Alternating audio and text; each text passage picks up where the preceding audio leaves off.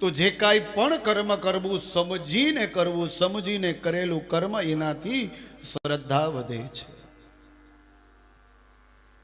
આજે મારીને તમારી વચ્ચે આ ગ્રંથ પડ્યો છે, આનો અર્થ આપણે સમજશું નહીં કે આ કયો ગ્રંથ છે, આનું નામ ભાગવત છે, આ મને ને તમને શું આપે છે.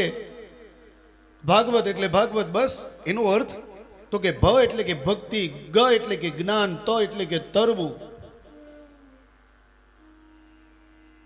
વ એટલે કે વૈરાગ. ભક્તિ, જ્ઞાન અને વૈરાગ, આનો અર્થ સમજીને આ સંસાર રૂપી સાગરમાં તરી જવાનો, બસ એનું નામ ભાગવત છે. આપણે આને સામાન્ય એવો ગ્રંથ સમજીએ છીએ, પણ ક્યારેક ફ્રી બેઠા હો ને ત્યારે વિચારજો કે પીએચડી કરેલો જે ડોક્ટર છે, જે આગળ ડોક્ટર લખાવે છે, એ ગ્રંથ વાંચીને ડોક્ટર બન્યો હશે. પીએચડી કરેલું હશે તો ગ્રંથ વાંચ્યું હશે ને, પણ આજ સુધી તમે કોઈ દિવસ જોયું કે એ ડોક્ટર પોતાનો ગ્રંથ લઈને આમ ગામ વચ્ચેથી નીકળો હોય? એ તમે કોઈ દિવસ જોયું?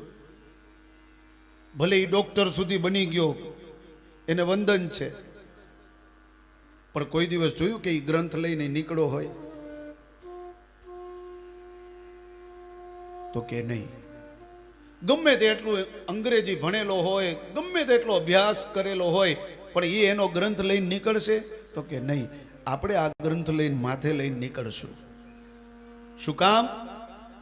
તો કે આ સામાન્ય એવો ગ્રંથ નથી મારા વાલા, આ સાક્ષાત ભગવાન શ્રી હરિ કૃષ્ણ પોતે સ્વયં છે, જેને પોતાના સ્વમુખે આની રચના કરેલી છે. બે વસ્તુ ભગવાન શ્રી હરિ કૃષ્ણએ પોતે રચના કરી છે, એક શ્રીમદ ભાગવત અને બીજું શ્રીમદ ભગવત ગીતા. આ ભાગવતના રચયિતા પણ શ્રી હરિ કૃષ્ણ અને ગીતાના રચયિતા પણ શ્રી હરિ કૃષ્ણ છે. અને ભાગવતજીમાં ત્યાં સુધી કહ્યું છે કે જ્યારે ઉદ્ધવજીએ કહ્યું કે પ્રભુ તમે હવે સ્વધામ જવાની તૈયારી કરો છો તો અમારું કોણ? ત્યારે ભગવાને કહ્યું તમે ચિંતા ન કરો, મારું એક સ્વરૂપ છે ને એ આ ભાગવતજીમાં પ્રસ્થાપિત કરું છું. જ્યારે જ્યારે જે જગ્યાએ ભાગવત થતી હશે ને ત્યાં હું ઉપસ્થિત હોઈશ. તો મારીને તમારી વચ્ચે જે બિરાજમાન છે ને એ માત્ર ગ્રંથ નથી, માત્ર પુસ્તક નથી, એ સાક્ષાત ભગવાન શ્રી હરિ કૃષ્ણ સ્વયં છે.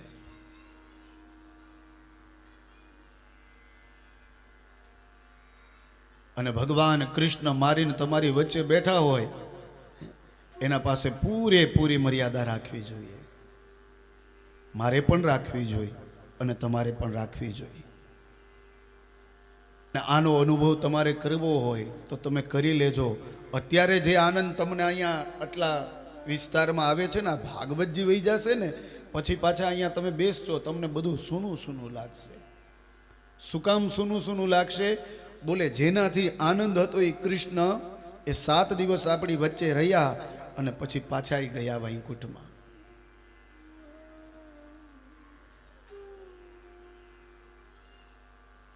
તો જેના માધ્યમથી હું ને તમે બધા ભેગા થયા છે એની ગરિમાને મારે ને તમારે જાળવવી જોઈએ.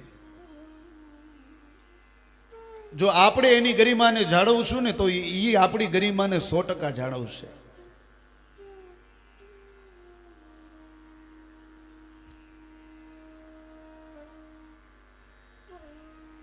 પણ જ્યાં સુધી તમને એવો ભાવ નહીં જાગે કે અહીંયા ભગવાન આપણી વચ્ચે બેઠા છે, ત્યાં સુધી અહીંથી જેટલું કહેશું એટલું બધું જ વ્યર્થ છે.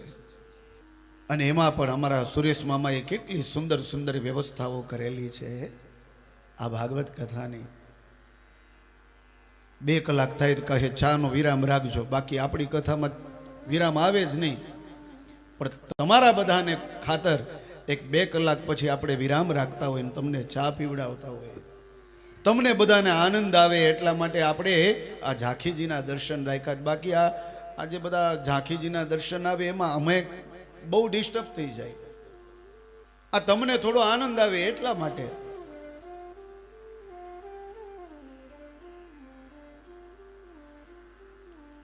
પણ આપણે આપણો હેતુ સમજવો જોઈએ. માત્ર એ ખાલી એ એ ઝાંખી જ છે એવું નથી. એ ઝાંખી શેનાથી છે ને એ આપણે જોવાનું છે.